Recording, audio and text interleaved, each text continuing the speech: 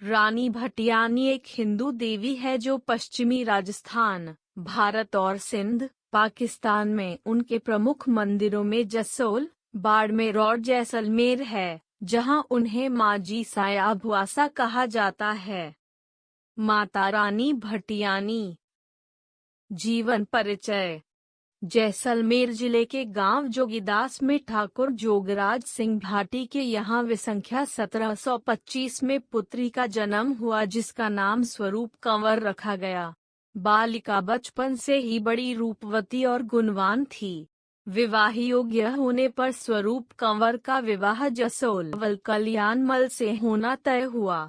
कल्याणमल ने अपना पहला विवाह तो देवड़ी से किया था। जब उनसे कोई संतान न हुई तो दूसरा विवाह स्वरूप कंवर भटियानी से किया। स्त्रियों में सोतिया डाह की भावना जन्मजात ही होती है। बड़ी रानी देवड़ी तो स्वरूप कंवर से प्रारंभ से ही ईर्ष्या करने लगी, परंतु रानी स्वरूप कंवर उसे अपनी बड़ी बहन के समान समझती थी। जसोल ठिकाने में रानी स्वरूप कंवर रानी भटियानी के नाम से जानी जाने लगी। विवाह के 2 वर्ष पश्चात भटियानी के पुत्र हुआ, जिसका नाम लाल सिंह रखा गया। रावल के 2 विवाह करने के पश्चात यह पहला पुत्र होने पर जसोल में खुशी मनाई गई। रानी देवड़ी मन ही मन कुंठित रहने लगी और रानी भटियानी के आंखों का तारा देवड़ी की आंखों में खटकने लगा। कुछ समय पश्चात देवड़ी के भी एक पुत्र हुआ, परंतु लाल सिंह ही जसोल ठिकाने का उत्तराधिकारी बन सकता था, क्योंकि देवी का पुत्र तो उससे उम्र में छोटा था। इसी कुटिलता को लिए हुए देवी ने लाल सिंह की हत्या का षड्यंत्र रचा और वह उपयुक्त अवसर की तलाश में रहने लगी। श्रावण की तीज के अवसर पर रानी भटियानी अपनी सहेलियों के साथ बगीचे में झूला झूलने गई, परंतु कुंवर लाल सिंह को महल में अकेला ही सोया हुआ छोड़ गई। देवड़ी ऐसे ही मौके की तलाश में थी। उसने कुंवर लाल को दूध में जहर मिलवाकर पिला दिया।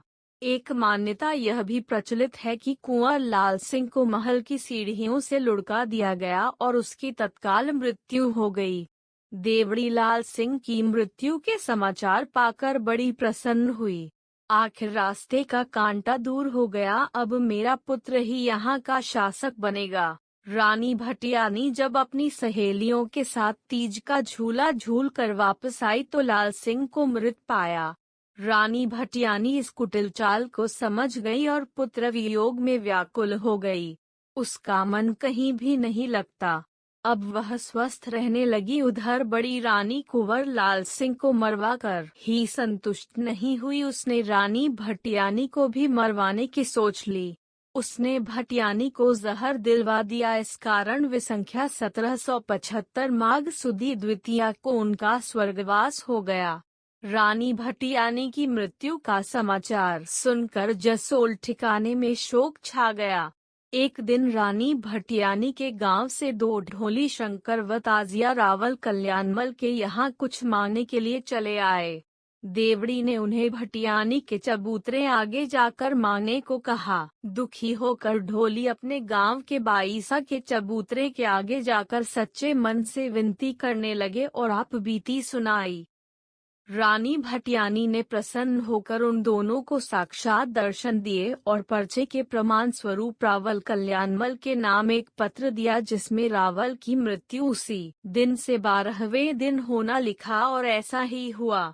रावल कल्याणमल का स्वर्गवास ठीक 12वें दिन हो गया। यह बात आसपास के गांवों में फैल गई। इसके बाद तो रानी भटियानी ने जनहित में अनेक पर्चे दिए। जसोल के ठाकुरों ने रानी भटियानी के चबूतरे पर एक मंदिर बनवा दिया और उनकी विधिवत पूजा करने लगे। प्रतिवर्ष चैत्र और आश्विन माह के नवरात्र में वैशाख, भाद्रपद और माघ महीनों की शुक्ल पक्ष की 13वीं चौदस को यहाँ श्रद्धालु आते हैं। मनौती पूरी होने पर जात देते हैं। कांचली, लुगड़ी, बिंदिया और चूड़ियां रानी भटियानी के भक्तजन चढ़ाते हैं। राजस्थान ही नहीं, भारतवर्ष के हर कोने से यहाँ पर श्रद्धालु आते। रानी भटियानी के नाम से एक पशु मेला भी आयोजित किया जाता है, जिसमें ऊंट, घोड़े, बैल आदि खरीदने और बेचने के लिए व्यापारी आते हैं।